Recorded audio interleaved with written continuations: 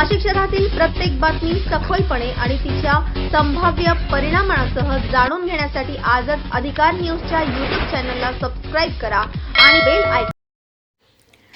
भाजपचे दिवंगत नेते व स्वर्गीय पोपटराव हिरे यांचा स्मृतिदिनानिमित्त व्याख्यानमाला आयोजित करण्यात आली. युगाचार्य स्वामी विवेकानंद या विषयावरती ज्येष्ठ विचारवंत अभय भंडारी यांचे व्याख्यान आयोजित करण्यात आले. नाशिक येथील रावसाहेब थोरात सभागृहात मोठ्या संख्येनं या ठिकाणी या कार्यक्रमाचं आयोजन करण्यात आलं. याप्रसंगी ग्रामोदय शिक्षण संस्थेचे अध्यक्ष योगेश हिरे, माजी नगरसेवक सरचिटणीस कृष्णराव नेरे, संस्थेचे विश्वस्त व मार्गदर्शक आमदार सीमाताई महेश हिरे तसेच पोलीस आयुक्त संदीप कर्णिक आणि या ठिकाणी मोठ्या संख्येनं मान्यवर, त्याचबरोबर भाजपचे नाशिक जिल्हाध्यक्ष श्री केदार साहेब, त्याचबरोबर विविध पदाधिकारी मोठ्या संख्येनं उपस्थित होते. प्रथमतः मान्यवरांच्या उपस्थितीत या ठिकाणी स्वर्गीय पोपटराव हिरे यांच्या प्रतिमेस पुष्पहार अर्पण करण्यात आला. त्यानंतर या ठिकाणी मान्यवरांचा सत्कार करण्यात आला. या प्रसंगी अभय भंडारी यांनी आपल्या वैशिष्ट्यपूर्ण शैलीमध्ये स्वामी विवेकानंदांचं व्यक्तिमत्व हे सूर्यासारखं तेजस्वी होतं. त्यांचा वागण्या बोलण्यात शुद्धता, विचारात प्रामाणिकपणा आणि कृतीत कमालीची निर्भयता होती. त्यांनी जे विचार मांडले ते थेट श्रोत त्यांच्या हृदयात जाऊन भिडणारे होते. त्यांचे ओजस्वी वक्तृत्व हे केवळ शब्दांचे सामर्थ्य नव्हते, तर त्यांच्या पवित्र चारित्र्याची ही ताकद होती. त्यांच्या जीवनात सत्यता, निर्भयता आणि राष्ट्रनिष्ठा ही आज प्रत्येक नागरिकांनी आपल्या आचरणात उतरवले पाहिजे आणि त्यांनीच त्याचीच या ठिकाणी गरज असल्याची माहिती या ठिकाणी देण्यात आली आहे. आयुष्यात आपल्या वैयक्तिक लाभासाठी नैतिकतेची तळजळ करू नका आणि पातळी सोडून खाली उतरू नका. अन्यथा जी वाईट कर्तव्य करणे तुम्ही कराल त्याची पायरी तुम्हाला भविष्यात चढावी लागेल. सत्य आणि निर्भयता या एकाच नाण्याच्या दोन्ही बाजू असल्याची या ठिकाणी माहिती दिली आहे. त्यानुसारच आपले आचरण ठेवा असे स्वामी विवेकानंद नेहमी सांगत असेल. आपल्या या उभरत्या शैलीत या ठिकाणी माननीय अभय भंडारी यांनी आपल्या कार्यक्रमात आणि त्यांच्या या व्याख्यानातून माहिती देण्यात आली. फक्त वृत्तसंकलन अधिकार न्यूज, संचालक संपादक प्रवीण नेटावणे, नाशिक रोड, नाशिक.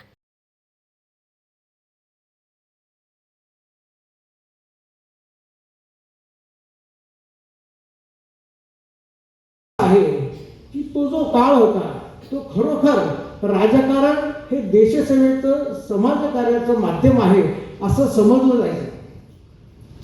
आज परिस्थिती जरी तशी नसली तरी देखील त्या सर्व लोकांनी म्हणजे त्यांचं नाव आपण जे काही हे सत्तेची फळं उपभोगतो आहे. आज सगळे मोठमोठ्या पदावर आपल्या संघाचे, आपल्या पक्षाचे सगळी मंडळी आहेत. त्याचं कारण ह्या लोकांनी फाउंडेशन रचलेलं आहे. त्यामध्ये पप्पांचं नाव घ्यावं लागेल. आदरणीय दादासाहेब वडनगरे असतील, बंडोपंत जोशी असतील, गणपतराव काटे असतील, नितीनभाई जोशी असतील, या सगळ्यांनी पक्षाची बांधणी नाशिक शहरात केली आणि त्या सगळ्यांचं स्मरण करणं गरजेचं आहे. कारण त्यांनी त्या पायाभरणी केली नसती तर आज पक्ष या ठिकाणी आला नसता.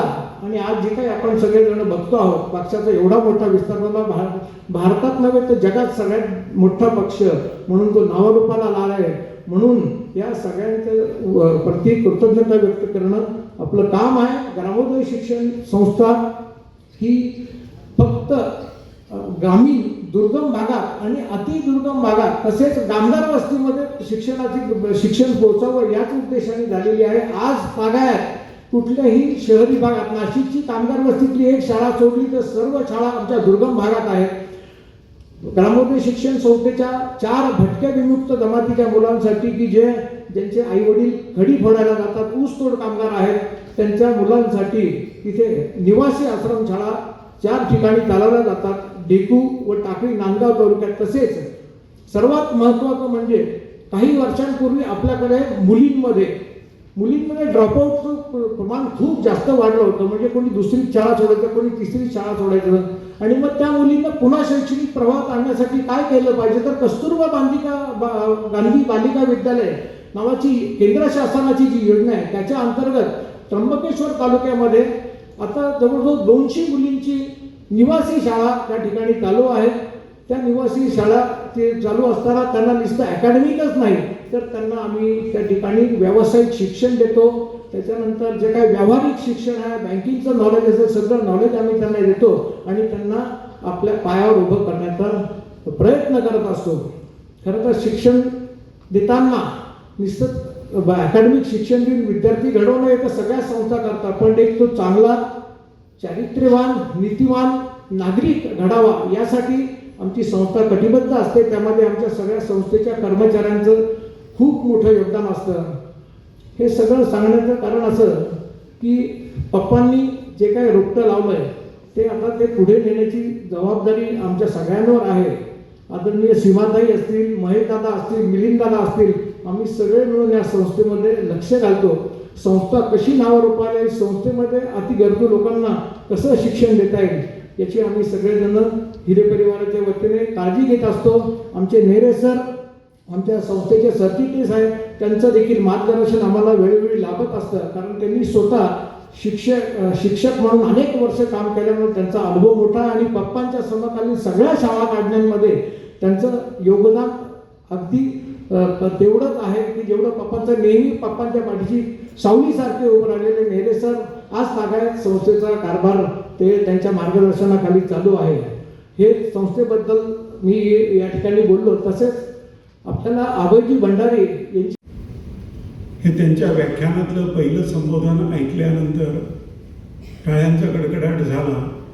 एवढेच स्वामी विवेकानंद आपल्या समाजात माहिती असतात. अवघ्या 5 मिनिटांचं भाषण आहे स्वामीजींचं. ते फक्त 5 मिनिटाचं भाषण ज्यावेळेला स्वामीजींनी केलं त्यावेळेला सर्वधर्म परिषदेच्या त्या आर्ट इन्स्टिट्यूटच्या कोलंबिया सभागृहामध्ये जे 5-7 हजार क्रीम ऑफ द सोसायटी म्हणावं, अमेरिकन समाजातले सर्वोत्कृष्ट आणि महनीय व्यक्ती तिथे उपस्थित होत्या आणि जगाच्या पाठीवरच्या सर्व धर्मांचे धर्माचार्य तिथे उपस्थित होते. त्यांच्या उपस्थितीत अवघ्या 5 मिनिटांचं स्वामीजींचं पहिलं जे भाषण आहे त्या भाषणाने स्वामीजी अमेरिकेमध्ये प्रत्येक मनुष्यापर्यंत पोहोचले. इतकी विलक्षण कीर्ती त्या एका भाषणाने त्यांना 5 मिनिटांच्या मिळाली की त्यावेळेचं वर्णन आहे. प्रोफेसर बॅरोज जे समन्वयक होते सर्वधर्म परिषदेचे, चार्ल्स कॉनीचे आयोजक होते मुख्य, त्यांनी वर्णनं केलेली आहेत की अमेरिकेच्या रस्त्यावर, शिकागोमध्ये, न्यूयॉर्कमध्ये, इतरही शहरांमध्ये विवेकानंदांची फुलसाईज अशी छायाचित्र रस्त्यावर लावलेली असायची. A cyclonic Hindu monk of India असं त्यावर लिहिलेलं असायचं. इतकी विलक्षण लोकप्रियता त्या 5 मिनिटाच्या पहिल्या भाषणाने आणि नंतर मग त्या 17 दिवस चाललेल्या सर्वधर्म परिषदेतल्या जवळजवळ रोज काही ना काही स्वामीजी बोलायला त्यांना बोलवायचे, व्यासपीठावर निमंत्रित करायचे मुद्दाम.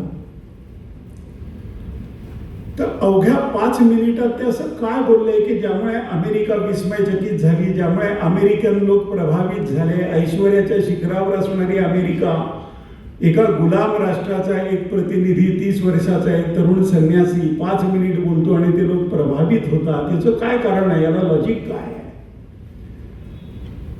तर अनेक लोकांनी विवेकानंद काय बोलले याचं वर्णन केलंय, ते लिखित स्वरूपामध्ये उपलब्ध आहे.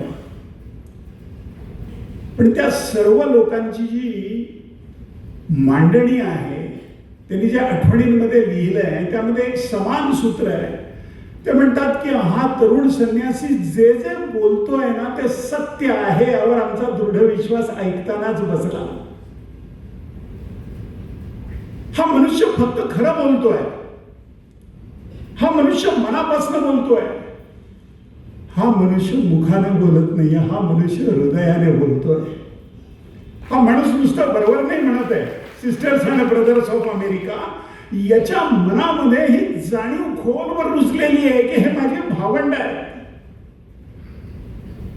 ज्यांना आयुष्यात पहिल्यांदा अमेरिकेमध्ये विवेकानंदांनी पाहिलं त्या लोकांना sisters and brothers of America असं म्हणणं आणि त्याच्याशी सुसंगत देहबोली असणं आणि त्याच्याशी सुसंगत आतली जाणीव जी आहे अंतरंगातली ती त्या प्रत्येक श्रोत्यापर्यंत संक्रमित करण्याचं जे आत्मबल आहे ना, प्रामाणिकपणा आहे, सत्य आहे, चारित्र्याचं अधिष्ठान आहे.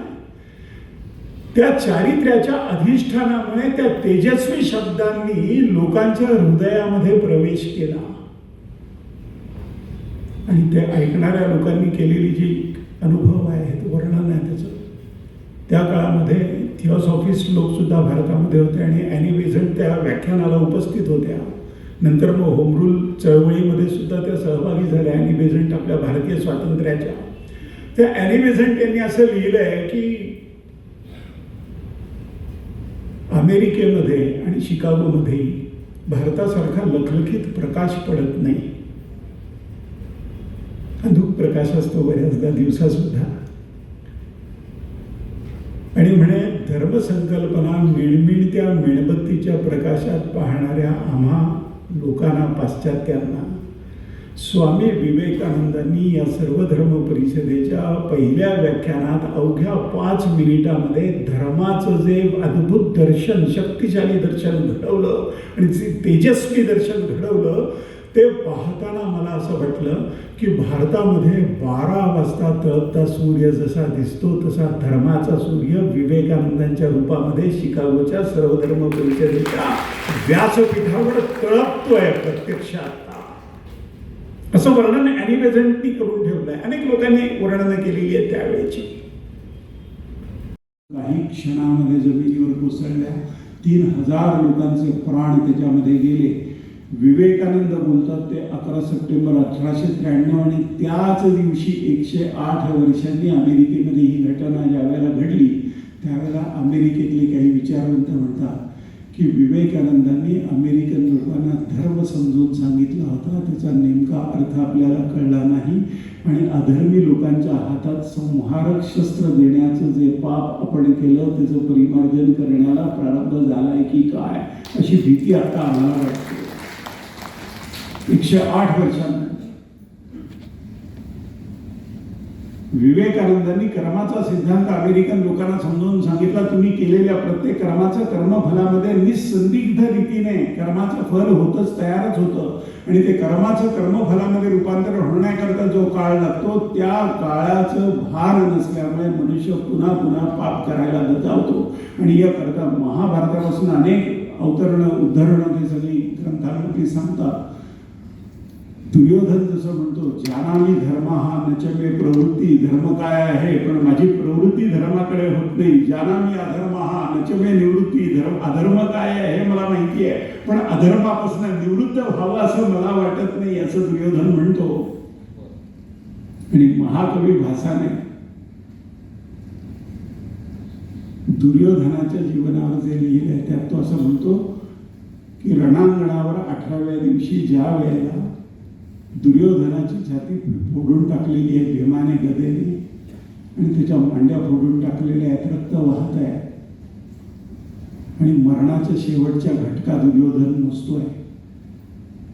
त्यावेळेला त्याचा नातू त्याच्या मांडीवर बसण्याकरता त्या रक्तामासाचा चिखल झालेल्या त्या कुरुक्षेत्रावर त्याला शोधून काढतो आणि म्हणतो आजोबा रोज तुमच्या मांडीवर मी बसतो, राजसिंहासनावर तुम्ही बसलेले असता त्यावेळेला आज मी मांडीवर कसा बसू.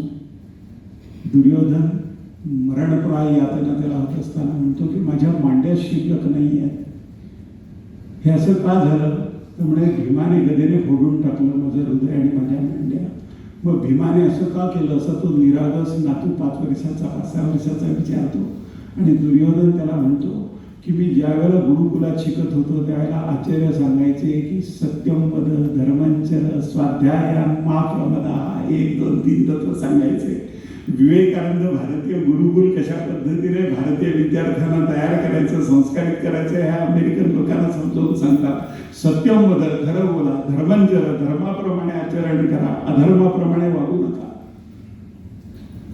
आणि स्वाध्यायान मा प्रमदा, पुन्हा पुन्हा रोज जसं स्नान करतो आपण शरीराच्या बाह्य शुद्धतेकरता तसं पुन्हा पुन्हा मनाच्या शुद्धतेकरता रोज अध्ययन करा. पवित्र विचारांच्या सान्निध्यामध्ये राहा. पवित्र विचारांच्या सान्निध्यामध्ये राहिल्यानंतर स्वाभाविकपणे मनामध्ये त्या पद्धतीचे संकल्प, त्या पद्धतीची इच्छा, त्या पद्धतीचं वळण मनाला लागेल जे सकारात्मक